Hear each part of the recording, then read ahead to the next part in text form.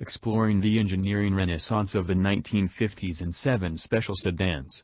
Emerging from World War II in 1945, the world's automobile industry had plenty of rebuilding to do, not just in Europe, where bombs had dropped for years, but also in the US, where most factory capacity had been turned over to war work.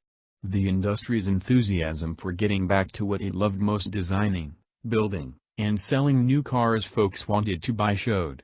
By the turn of the next decade, the cavalcade of automotive progress was back in full swing. The 1950s Eisenhower's interstate highway system, McCarthyism, and the Red Scare. The rise of the military-industrial complex, the ascent of the jet age, the space age, and teenage culture. Bikini et al., Sputnik, Rock Around the Clock. Marilyn Monroe, Brown v. Board of Education Choose Your Change cliché. The 50s had it. For cars, too, change was everywhere. To experience this former future shock today, we summoned 7 significant 50s sedans to a racetrack also born of that time.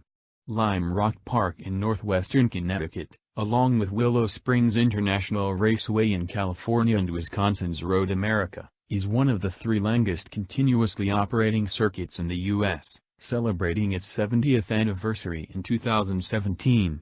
Why sedans? They were the default choice during the era, available in all flavors and sizes. Our test roster tends toward middle and high-end sedans because that's where technology was sweetest. These old cars strike us as fresh, wildly different from one another in conception, construction, and constitution, with dissimilar power plants and almost hilariously incongruent shift patterns for their different transmissions. They are all sedans, but each is so different from the others. The fact manufacturers on both sides of the Atlantic were defining themselves and creating what they created without the aid of computers was a gargantuan accomplishment.